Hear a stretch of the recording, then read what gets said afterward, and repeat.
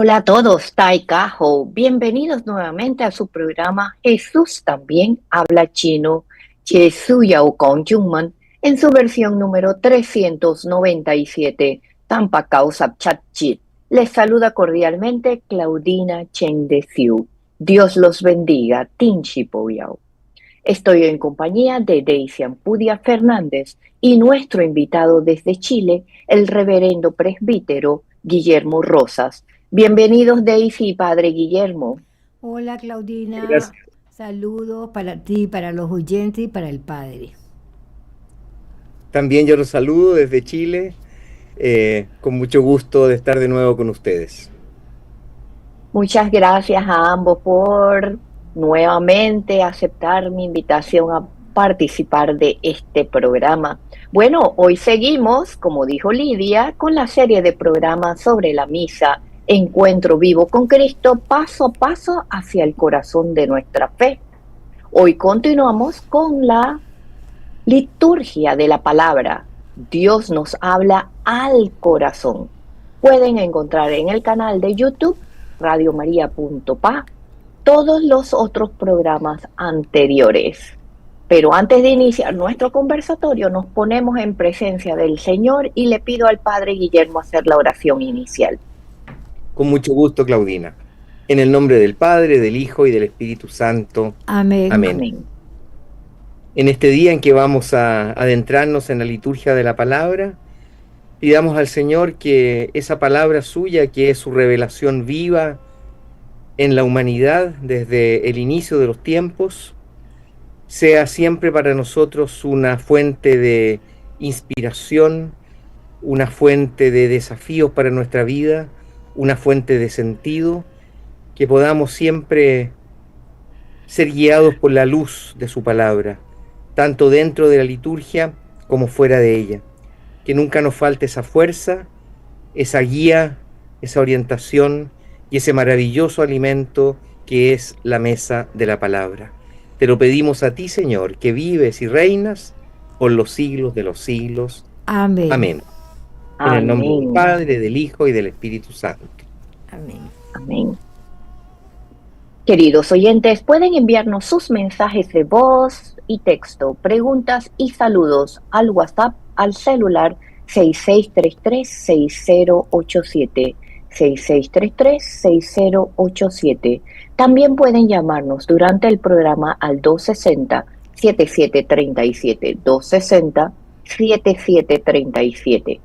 Radio María necesita de todos nosotros para seguir su misión de evangelizar, llegar a los corazones de las familias y hacerles conocer el amor de Dios. Llama al 260-3000, 260-3000 para más información de cómo donar. No dejes de apoyar a esta tu radio.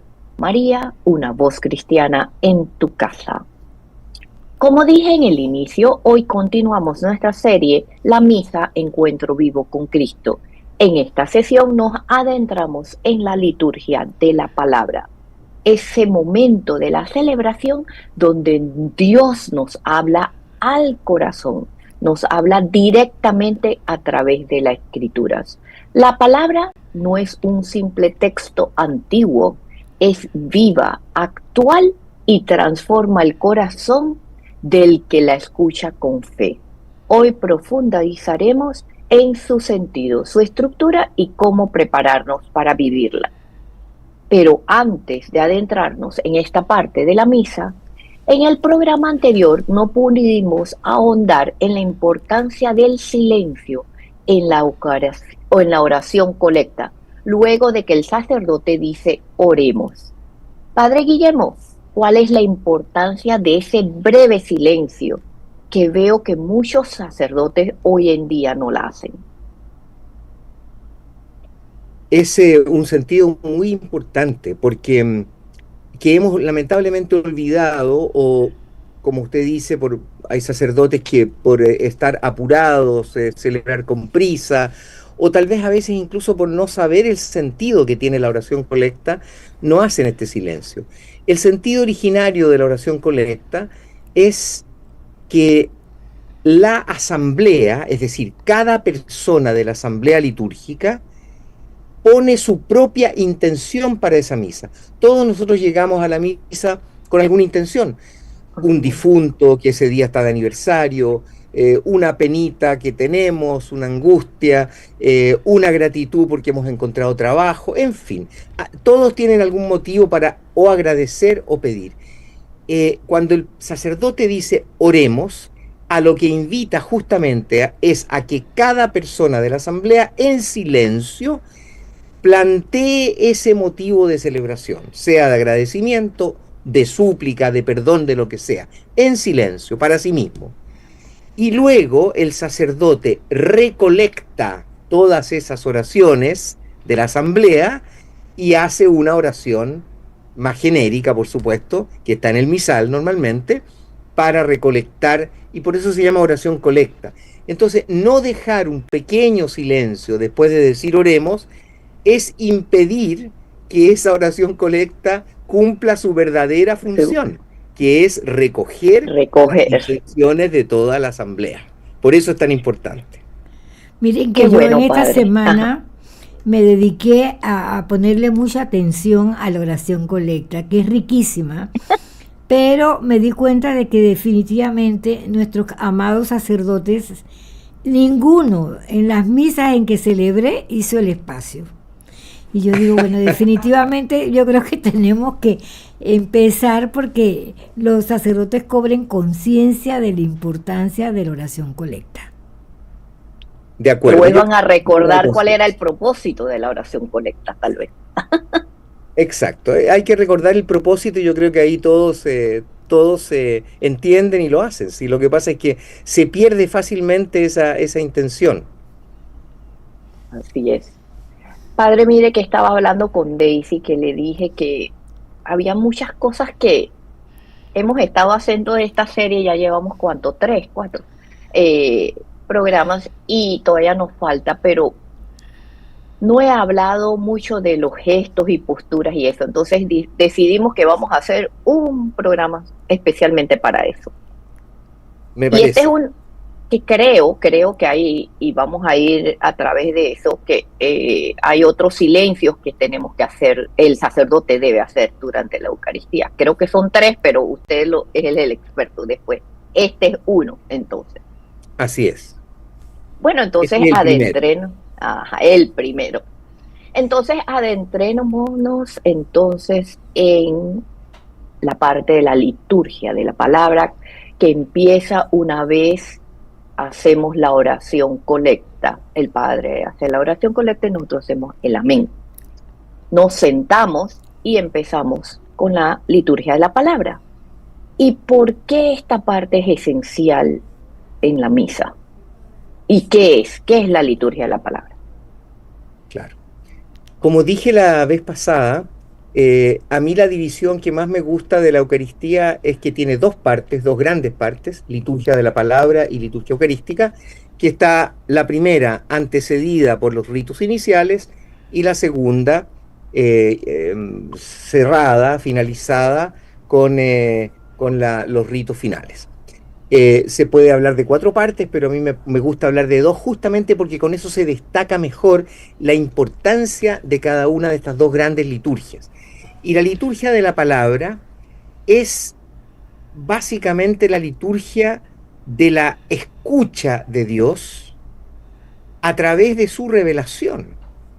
Es traer a nuestra liturgia en primer lugar lo que en los Hechos de los Apóstoles aparece cuando dice que se reunían asiduamente a escuchar la enseñanza de los apóstoles.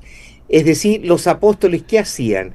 Ellos recordaban los hechos de Jesús, que después se transformó en los evangelios escritos, porque en los primeros tiempos era oral la transmisión de los evangelios, ¿no?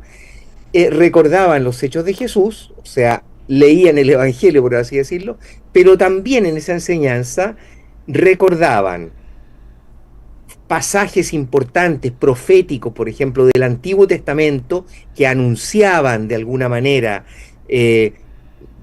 preveían el acontecimiento Cristo, Y por otra parte, comenzaron a leer casi como si fuera palabra de Dios, por el prestigio que tenía, las cartas que San Pablo repartía por las comunidades que él fue fundando, sobre todo en Asia Menor. Entonces, el conjunto de esa enseñanza, de lo que Jesús hacía, del recuerdo de las palabras del Antiguo Testamento, más las cartas, es lo que hoy día nosotros llamamos la Biblia. Y eso se sigue haciendo presente en esta mesa de la palabra. La mesa de la palabra, que es un término tan hermoso, así como después se usa la mesa, ¿verdad? Es una mesa bien servida, es decir, tiene normalmente una primera lectura del Antiguo Testamento, luego un salmo responsorial, que también es del Antiguo Testamento, y luego una lectura del Nuevo Testamento, que no sea Evangelio, y todo ello culmina con la palabra de Cristo en el Evangelio.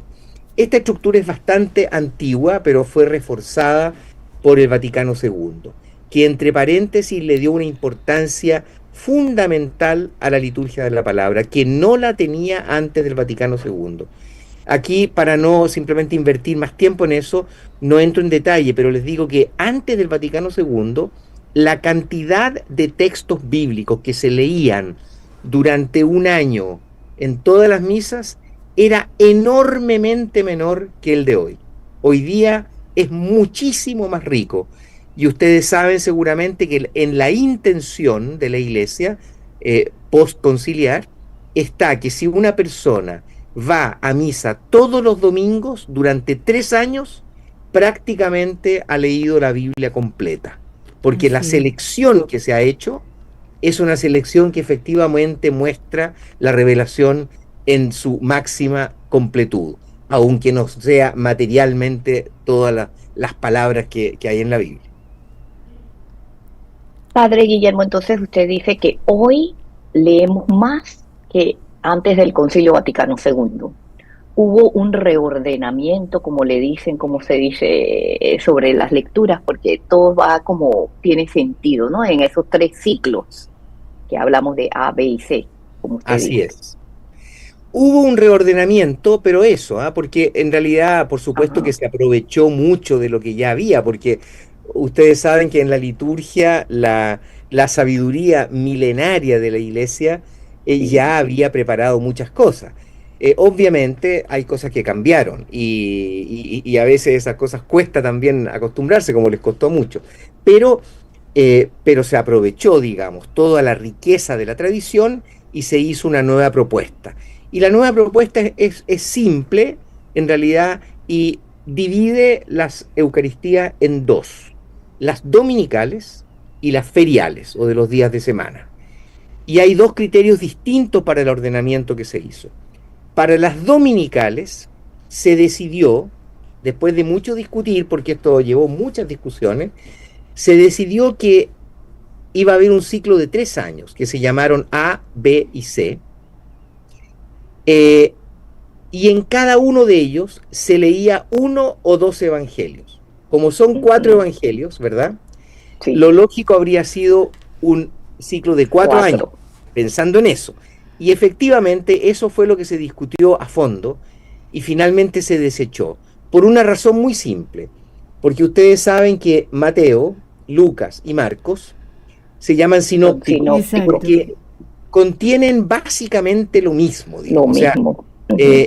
Y Marcos además es muy cortito. Muy corto. Entonces, si se leía a Marcos, a Lucas y a Mateo separadamente, Marcos no alcanzaba a cubrir el año completo y además se parece mucho a lo que tiene Mateo y Lucas. Entonces se decidió por un ciclo de 3 años, donde en el año A leemos a San Mateo, estoy hablando de los días domingos, ¿no? El año B leemos a Marcos y a San Juan. Y San Juan. Exacto, ahí leemos 2. Y el año C leemos a Lucas. Fuera, entonces, está este ciclo donde hay una especie de eje principal de un evangelista. Mateo en el año A, Marcos y Juan en el año B, Lucas en el año C. Y eso vale para el evangelio. La primera lectura está tomada normalmente siempre del Antiguo Testamento, para recoger también la antigua alianza, ¿no? Toda la riqueza previa a la venida de Cristo, porque nosotros creemos en el Dios de Jesucristo es el Dios también del Antiguo Testamento, el Dios judío, es el mismo Dios. Entonces, para que toda esa revelación no se pierda y entre, está la primera lectura y el Salmo. La única excepción es el tiempo pascual, ¿verdad? Desde el día de la Pascua hasta Pentecostés, donde la primera lectura siempre es de los Hechos de los Apóstoles, para reflejar precisamente esta novedad de la nueva comunidad que vive este entusiasmo maravilloso de la resurrección de Cristo y empieza su misión. Esa es la única excepción, pero el resto del año siempre la primera lectura es del Antiguo Testamento. Salmo del Antiguo Testamento, segunda lectura del gran corpus de las cartas, de San Pablo, de San Pedro, de San Juan, de la carta a los Hebreos, del Apocalipsis, es decir, todo el resto del Nuevo Testamento que no son los 4 evangelios. De ahí se toma la segunda lectura. Y este es el ordenamiento para los domingos. Y los días de semana se optó por un ordenamiento completamente distinto, que es el siguiente, que hay un evangelio que se repite todos los años igual, pero ese evangelio está tomado indistintamente de Mateo, Marcos, Lucas o Juan, ¿ya? No hay ahí ¿cómo se llama? Un orden específico. Está tomado de alguno de los 4 evangelistas y ya hay una primera lectura que los años se llaman 1 y 2 o bien impar o impar. Par o impar o 1 y 2. 1 es el impar, por supuesto, y 2 es el par. Entonces, en uno de esos años se lee el Antiguo Testamento, siempre. Y en el otro, el Nuevo Testamento. Me refiero a la primera lectura. Entonces se cambia así. Un año es el del Antiguo Testamento, el otro año el del Nuevo. Y por supuesto que en estas lecturas feriales se complementa con lecturas que no han aparecido, muchas de ellas por lo menos, en los días domingos. De modo que si alguien va a misa todos los días, con mucho mayor razón, en el arco de 3 años, tiene delante de sí la riqueza completa de la Sagrada Escritura. Esos son los 2 criterios, entonces. Después, por supuesto, hay fiestas fijas, por ejemplo, cuando se celebra a San José, ahí las lecturas son propias de esa fiesta, caigan en la fecha que caigan, ¿se entiende? Lo mismo la Inmaculada Concepción y tantas otras fiestas que son que tienen fecha fija y que por lo tanto caen a veces en un tiempo litúrgico, a veces en otro, a veces en domingo, a veces en día de semana, y ahí hay que dirimir si la fiesta merece hacer sus propias lecturas o tiene que respetar las del día corriente. Pero ese es otro asunto. Ese es el criterio, Claudina. Gracias, padre, por eso. Daisy, no sé si tenías alguna pregunta. Bueno, realmente la explicación del padre que enriquece. Por ejemplo, yo soy una enamorada de la palabra desde hace muchísimo tiempo y por 35 años llevé un fascículo, Renovación Cotidiana, que era sobre la palabra. Así que esta explicación del padre es muy rica para todos los oyentes, pero yo quisiera realmente, ya el padre nos ha explicado cómo está conformado en la liturgia, ¿verdad? Ya que hay una primera lectura, hay un salmo, y yo quisiera insistir en el salmo, porque le damos mucha importancia a las palabras, pero como que el salmo queda ahí como perdido cuando es una respuesta realmente que el pueblo hace a Dios de lo que nos está revelando, Padre, ¿verdad? Entonces yo creo que hay que acentuar el sentido de que el salmo tiene una importancia también vital porque forma parte de toda esa mesa. Es como cuando el padre ha dicho una palabra excelente, mesa de la palabra, donde se ofrece una serie de manjares, de alimentos, donde se nos nutre. Entonces también los salmos nos nutren el alma. Efectivamente, muy de acuerdo. Esa es la razón por la cual habitualmente no es bueno cambiar el salmo por otro canto. Habitualmente, digo, puede haber alguna razón en la cual se justifique porque hay un canto muy similar al salmo que hay, o hay una misa más juvenil y prefieren un canto. En ocasiones en eso hay que ser flexible, pero habitualmente, regularmente, hay que respetar ese salmo porque ese salmo está elegido, como dice Daisy, como reflexión orante de la primera lectura. O sea, ese salmo se refiere a la primera lectura.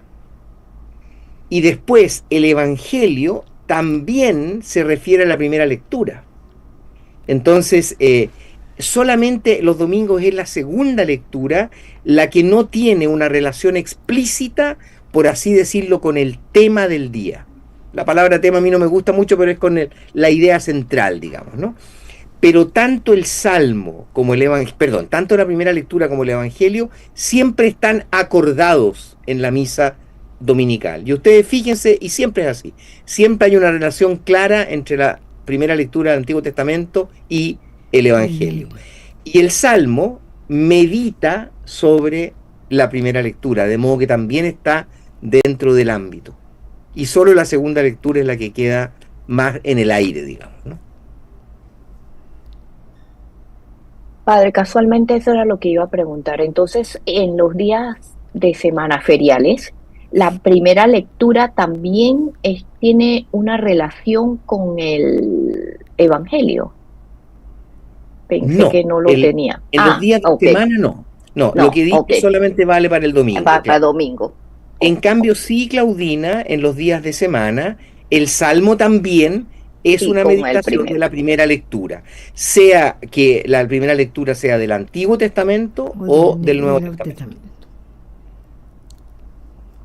Ok, entonces tenemos estas lecturas y cómo nosotros debemos prepararnos interiormente para escuchar la palabra en la misa. Bueno, ahí yo me permito recurrir al gran Papa Benedicto, que ustedes saben que el Papa Benedicto era muy amante de la liturgia. Él, ya como teólogo, como importante teólogo que fue al Concilio Vaticano II, en esa época ya había escrito, dentro de sus obras magnas, una obra muy interesante sobre la liturgia, el sentido teológico de la liturgia, que es donde él más penetró, ¿no? Pero lo que quiero citar de él es algo que él tiene en su carta Sacramentum Caritatis sobre la Eucaristía, donde él habla de la participación interior en la Eucaristía. Y esa es porque él critica un poco que cuando se habla de participación activa, siempre se piensa en gestos, movimientos, cantos, respuestas, cosas exteriores. Y él dice, pero es que lo más importante es la participación interior, porque la exterior, si no tiene la interior, no deja de ser simplemente un movimiento, un gesto, cualquier cosa. Pero en cambio, si brota de una participación interior, es distinto y se justifica y se comprende mucho mejor. Entonces, lo fundamental para escuchar la palabra, y esto vale tanto para la liturgia de la palabra o para la mesa de la palabra, como para la Eucaristía, es la participación interior. Es decir, es esa concentración espiritual, que uno no esté mirando los vitrales cuando leen la primera lectura, o distraído con una mosca que anda por ahí, o qué sé yo, con la estola del padre que la encontró tan bonita, sino que realmente esté concentrado en la palabra. Se exige una atención, ¿no? Una atención como a un alumno se le exige atención en una clase, etcétera. Esa atención es fundamental, pero como digo, no quiero centrar la atención simplemente en algo exterior, sino que es que yo ponga mi corazón allí donde está puesta la palabra, ¿no? Eso es de San Benito también. Poner el corazón donde pongo la palabra. Cuando yo digo Evangelio de nuestro Señor Jesucristo o primera lectura de la carta a los romanos, cuando quien la lee dice eso, ya tiene que tener puesto el corazón en esa palabra que está diciendo. Y yo tengo que poner el corazón en esa palabra que estoy escuchando. Poner el corazón, disponerse, es fundamental para la escucha de la palabra. Uno puede pasar una misa sin escuchar ni una lectura. Y eso le quita ya la mitad del fruto que yo puedo haber sacado de esa misa. Definitivamente. Sí, y ojo, perdón, una cosa también aquí. La escucha de la palabra es fundamental también porque nos permite después continuar la vida, ¿no? Porque la palabra no es un regalo que a mí se me da para el momento de la Eucaristía, sino que justamente contiene aquello que me va a permitir salir de la misa y continuar mi vida cristiana con una calidad mayor, porque he comprendido mejor algún pasaje bíblico, he recogido mejor un desafío que el Señor me hace para mi vida concreta, etcétera, ¿no? Padre, yo creo que esto que usted está señalando es tan importante porque parece mentira, la acción de uno en la asamblea, en esa comunidad, influye en la de los demás, aunque uno no crea, la actitud, lo que uno esté llevando en sí mismo, eso influye, y por eso es bien importante que previamente sí nos preparemos. Mire, yo ayer viví una experiencia increíble. Una señora, yo tuve hasta que cambiarme de puesto porque para darle oportunidad que ellas como familia todas estuvieran juntas, pero una no soltó el celular durante toda la misa. Y en la mesa de la palabra ella estaba perdida. Y en la consagración perdida. Entonces yo estaba cerca y eso me estaba afectando. Porque yo, por el reojo, veía eso y no podía creer. Yo empecé a reparar de verdad.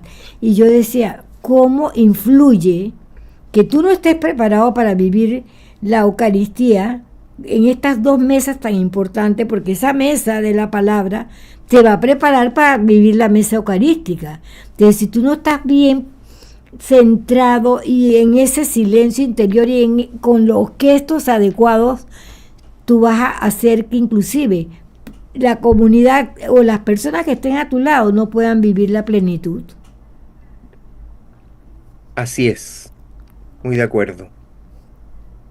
Padre, había...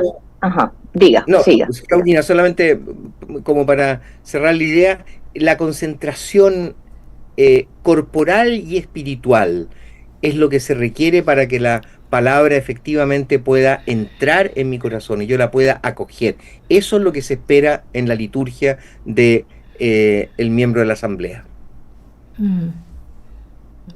Porque es importante escuchar con atención y no distraerse para poder captar o comprender lo que Dios nos quiere hablar, porque siempre oigo, el que nos habla realmente es Dios, no es el lector o la persona que está ahí o el sacerdote, ¿no? Ese es el sentido. Así es Dios quien nos habla porque es su revelación. Si la Biblia justamente, por eso decimos palabra de Dios o palabra del Señor, ¿no? Justamente para indicar que es su palabra la que nosotros a través somos instrumentos, los lectores, los proclamadores, somos instrumentos de Dios para hacer llegar esa palabra viva, como decían ustedes, a la asamblea. Entonces, antes de irnos a la pausa, nada más le voy a preguntar, porque después de la pausa quisiera hablar de la homilía, pero ¿debe haber un silencio después o antes de cada lectura o eso no es importante? No está estipulado en las normas. Lo que pasa es que, como usted bien decía, hay algunos silencios que son más importantes en la misa. Ajá. Entonces, respetar aquellos que son más importantes, que son 3 o 4, eso es lo importante, porque si no, si uno empieza a llenar de silencios, eso también puede ser molesto para la asamblea. Yo creo que no, que las lecturas tienen que fluir. Que se corrida, fluida. Claro, es dejar un silencio después de la homilía, pero lo veremos después. Ahí hay otro silencio importante. Sí, así es, el segundo silencio, pero... Exactamente. Y también la importancia del lector, ¿verdad? Que proclame bien la lectura. Por supuesto, porque no solamente uno puede perder la riqueza de la palabra cuando uno está distraído con la mosca o con la estola, la puede perder también cuando el lector o la lectora no saben usar bien el micrófono, cuando no leen suficientemente lento, cuando no modulan suficientemente bien, o simplemente cuando no tienen las condiciones para hacerlo. Por eso es que es tan importante que los lectores, además de deseos de prestar ese precioso servicio, tengan las condiciones para hacerlo. No todos las tienen y eso no tiene por qué avergonzarnos, así como no todos somos buenos saltadores con garrocha, ¿no es cierto? No podemos tampoco ser buenos lectores, ¿eh? Los buenos lectores tienen que modular bien, saber usar bien el micrófono, leer suficientemente lento, no apurarse, en fin, y proclamar, como decimos siempre, que es poner su corazón en esa lectura que están haciendo. No hay que ser teatral, histriónico, pero sí hay que ser convincente, hay que transmitir con verdad, con convicción, digamos, la palabra, y eso es proclamarla bien. Yo creo que eso es bien importante, porque no se trata de buena voluntad. Tú puedes tener la buena voluntad, pero si no tienes las condiciones o las características, debes ser suficientemente humilde para darte cuenta de eso, y porque puedes servir en otros espacios dentro de la Eucaristía o dentro de la misa, sin necesidad de estropear un poco el momento, porque es muy angustioso cuando la mesa de la palabra no es bien servida. Así es. Así es. Bueno, nos vamos a una pausa y cuando regresamos continuamos con la homilía, padre. Muy bien.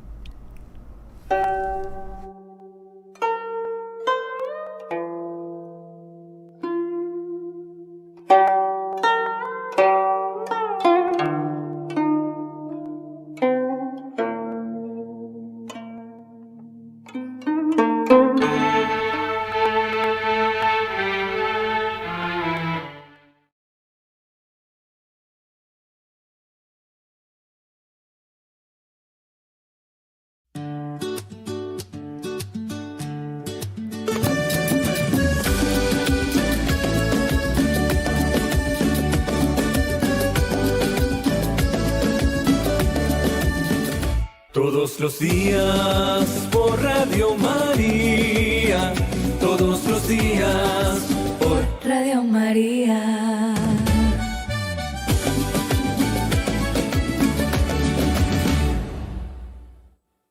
¿Sabías que ahora donar a Radio María es más fácil que nunca?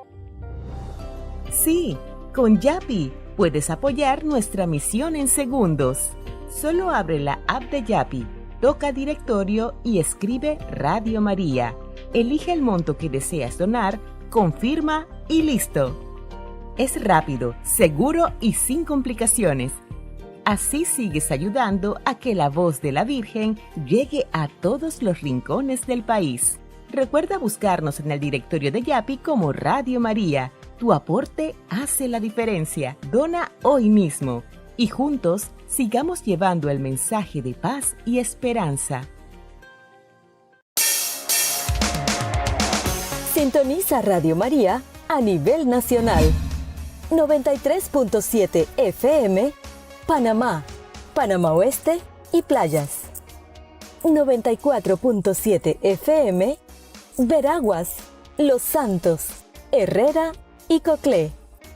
107.9 FM, Colón, Comarca Gunayala, en Veraguonán y Darién. 106.5 FM, Bocas del Toro, Chiriquí y Comarca Nave Buglé. Si estás fuera de Panamá, escúchanos a través de nuestra página web radiomaria.pa. Somos una voz cristiana en tu casa. Somos Radio María.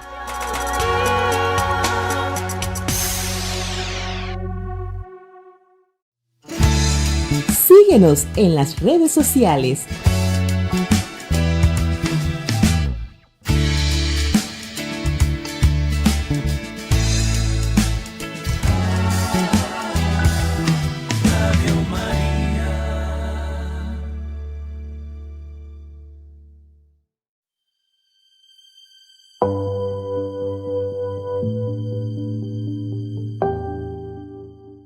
En este mes de noviembre, mes de la patria, mes donde rendimos honor a los símbolos patrios y donde nos acercamos cada uno a los hermanos siendo solidarios, Radio María Panamá es la emisora que acompaña, que fortalece, que ayuda y lleva a Cristo a cada uno de los hogares.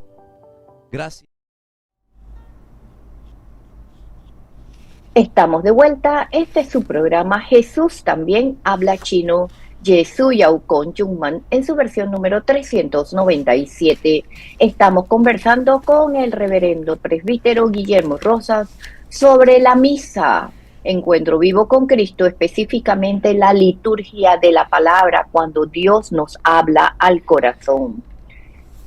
Padre, tenemos, para ver, hay un mensaje aquí que dice, desde Buenavista, Colón siempre presente a esta hora. Gracias por todas las enseñanzas, son tan importantes para vivir mejor la Eucaristía y nos falta tanto conocer para vivir a plenitud la Eucaristía, y causa tristeza ver cómo muchos participan en la Eucaristía y van como a un evento más y desconocen que la Eucaristía es parte importante de nuestra salvación. Les escribe María Esther Rodríguez. Saludos, María Esther, y gracias por tu mensaje. Así es, Padre, yo te estaba tentada en preguntarle, pero bueno, me atreveré. ¿Hay alguna parte de la Eucaristía que es más importante que la otra? ¿O sí, todo es importante realmente? Bueno, lo que pasa es que justamente tal vez hace algunos años atrás, tal vez antes del concilio, se hubiera dicho sin duda alguna que lo más importante de la misa es la consagración. Ajá, eso es lo que yo oía antes. Claro, ¿no es cierto? Es lo que oíamos antes, es el momento de la consagración. Tanto así que a finales de la Edad Media hubo todos esos teólogos que se dedicaron con una acuciosidad casi desesperante a determinar en qué momento exacto se producía la transformación de ese pan en el cuerpo de Cristo, porque ahí es donde había que, ¿no es cierto?, arrodillarse y hacer el acto de adoración. Bueno, gracias a Dios hemos pasado esa época donde éramos tan quisquillosos, digamos, con estas cosas, pero igual antes del concilio habríamos dicho sin duda la consagración. Yo creo que eso efectivamente ha sufrido un cambio para bien a mi juicio, por dos razones. Primero porque, y con esto respondo su pregunta, Claudina, primero porque se ha tomado conciencia de la importancia grande de la mesa de la palabra en paralelo con la mesa de la Eucaristía. Y esto, ojo, no es un invento moderno, sino que al contrario, es un descubrimiento en la teología de los padres de la Iglesia de los primeros siglos, sobre todo los padres orientales, que fueron muy claros en decir que la mesa de la palabra, o la palabra, la parte de la palabra en la misa, era exactamente de la misma importancia. Lo dicen no con estas palabras que lo digo yo, pero la idea es exactamente esa. Tiene la misma importancia que comulgar. O sea, para ellos, comulgar la palabra es igualmente importante que comulgar la hostia. Prueba de esto también es que durante muchos siglos en la Iglesia la mayoría de la gente no comulgaba. La comunión más masiva y frecuente ha vuelto a ser un logro del Vaticano II. ¿Quiénes comulgaban frecuentemente antes del Vaticano II? Los monjes y monjas contemplativos que vivían en monasterios, y una que otra persona muy piadosa que iba a misa todos los días, pero en general la gente no comulgaba, y además, como detalle tal vez, ¿cómo se llama? Inútil, pero interesante saberlo, durante mucho tiempo la comunión ni siquiera se daba dentro de la Eucaristía, imagínense, el único que comulgaba en la misa era el cura y su acólito. Y cuando terminaba la misa y se decía, ite misa est, y la gente se iba, ahí se armaba una fila al lado del sagrario, y el sacerdote iba y le daba la comunión a los que querían, 5, 6. Esa práctica fue común durante mucho tiempo en la iglesia. Ni siquiera se comulgaba dentro de la Eucaristía. Entonces, hoy día se considera que la mesa de la palabra realmente tiene la misma importancia que en la mesa de la Eucaristía. Esto fue muy clave en la época de la pandemia, porque en realidad en las misas que transmitíamos en línea, era la mesa de la palabra la que llevaba el peso, dado que la comunión eucarística no se podía. Podíamos hacer la comunión espiritual, ¿verdad? Pero el que comulgaba era nada más que el que estaba transmitiendo la Eucaristía, es decir, el sacerdote. Entonces ahí adquirió una gran importancia también la mesa de la palabra, y yo insistí mucho en que, hermanos, hermanas, ustedes están comulgando en este momento, cuando escuchábamos las lecturas y después la comentábamos en la homilía. Esta es su comunión verdadera hoy día, dado que la otra no la pueden hacer, es solo espiritual. Esa es una razón. Y la otra razón es que la consagración no puede entenderse sin la comunión. Es decir, no se consagran las hostias para guardarlas en el sagrario, pues. En el sagrario se guardan las que queremos guardar para los enfermos y para la adoración eucarística. Pero no consagramos para guardar, consagramos para consumir. Tomen y coman, tomen y beban. Por lo tanto, la comunión es parte esencial de la consagración. Consagración y comunión son las dos caras de la misma moneda. Por lo tanto, tampoco la consagración es lo más importante hoy. Y si usted me preguntara, entonces lo más importante podría ser la consagración más la comunión, tampoco en el sentido de que eso está al mismo nivel que la liturgia de la palabra. Esto, por supuesto, no puede ser un incentivo para no comulgar, obvio. Ajá. Pero ustedes comprenderán que le da un espaldarazo muy fuerte también a tantas personas, ancianas o enfermas, que ven la misa por televisión o por internet y no pueden comulgar, o por lo menos no en ese momento, sino que les traen la comunión en otro momento o en otro día. ¿Se fijan? Le da un espaldarazo a eso, es decir, esa misa que yo viví por televisión y no pude comulgar con la hostia, si yo estuve concentrado en mi corazón y en mi espíritu en las lecturas, me dieron el alimento que yo necesitaba. Fue mi verdadera comunión con la Eucaristía. Eso es lo importante. Muchas gracias, padre. Nos extendimos, pero bueno, tengo una nota de voz de Virginia desde Vista Alegre. Lidia.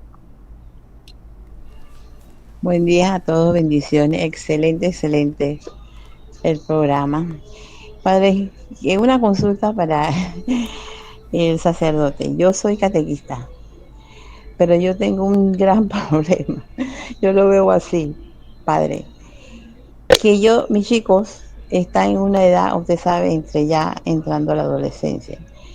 Entonces, no se le ha dado esa educación en casa verdaderamente. Y cuando yo estoy en la misa, yo prácticamente a veces no presto ni atención a la lectura, no me concentro porque yo tengo que estar llamando la atención. Tengo 14, 15, imagínense, yo me siento, ellos se tienen que sentar conmigo. Unos se empujan, otros hablan, otros se peñican, otros, y más que me lo paso en la misa, llamando la atención, que es lo que yo presto atención. Igual cuando voy a comulgar, en vez de ir a comulgar en paz, tranquila, tengo que estar mirando de la fila, que no estén hablando, que no llanto, porque las personas que están atrás de una vez se molestan y empiezan a hacer comentarios. Padre, déme un consejo, por favor. Gracias, hasta luego. Va a contestar lo mismo de la vez pasada. Diga, padre. Rapidito, No, es que, para poder seguir con la humildad. sí, de acuerdo. Es que es difícil la pregunta de la señora porque por una parte ella como mamá se tiene que preocupar de sus hijos y es bueno que los lleve a misa, pero por otra parte también necesita concentrarse ella para la misa, ¿no? Entonces está como entre la espada y la pared, digamos.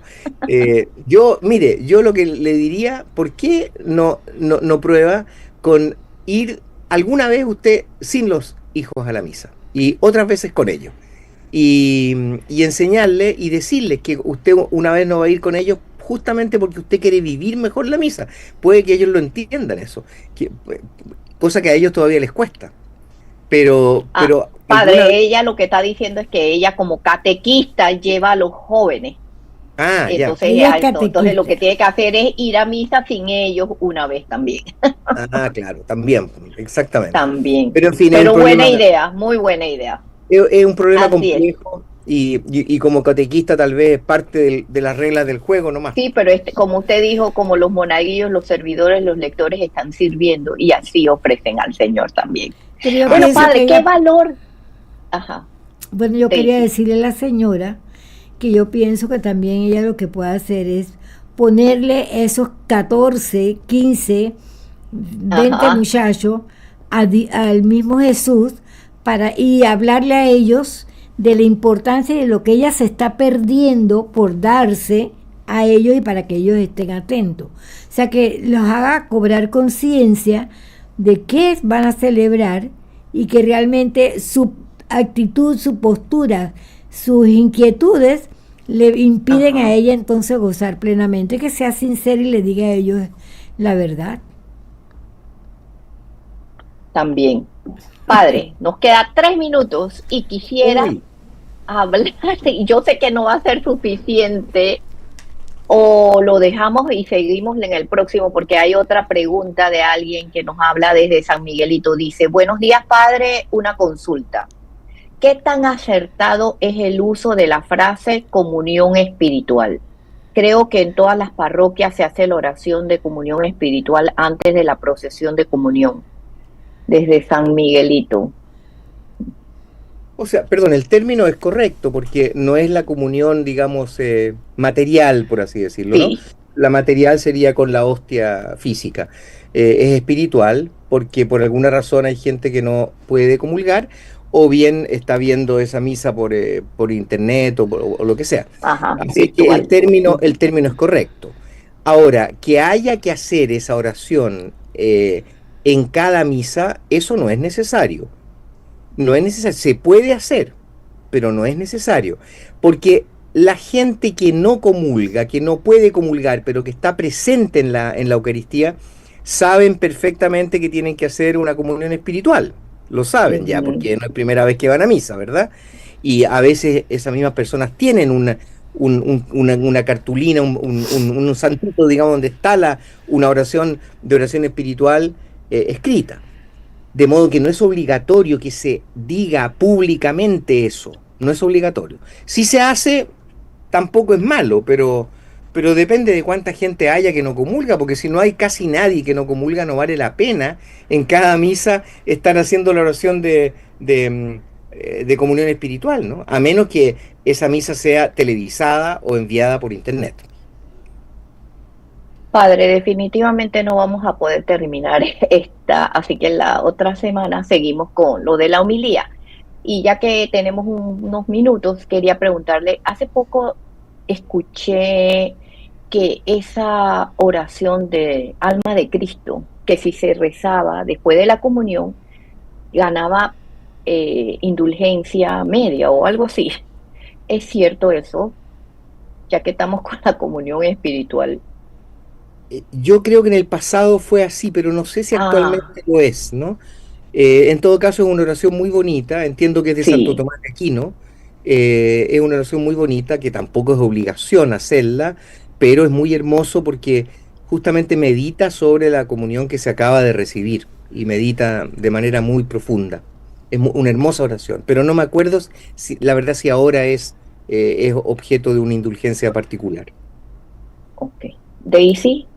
Bueno, yo solamente quería decir que qué lástima que el tiempo siempre se acorta, porque salen tantas inquietudes, pero que todo lo que el padre Guillermo nos está recalcando, nos está ayudando, yo quisiera que fuera de provecho de verdad para todos los que estamos escuchando y que no caiga en terreno árido, sino que fructifique, ¿verdad? Ya sea el 30, 60, 100%, para que podamos darle sentido a esa palabra encarnada que es Jesucristo, porque Él es la palabra. Entonces Él se nos está dando como alimento y se nos está dando en la palabra y se nos da eucarísticamente. Entonces esa simbiosis tan hermosa tenemos nosotros que valorarla y darle sentido. A mí por lo menos quiero decirte, Clau, que me está ayudando mucho esta serie,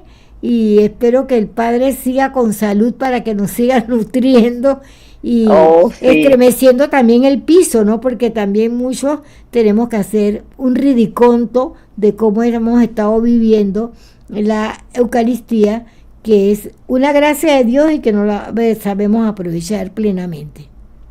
Así es. Saludos a Elizabeth Rodríguez desde Santiago, que reporta sintonía. Padre, se nos acabó el tiempo.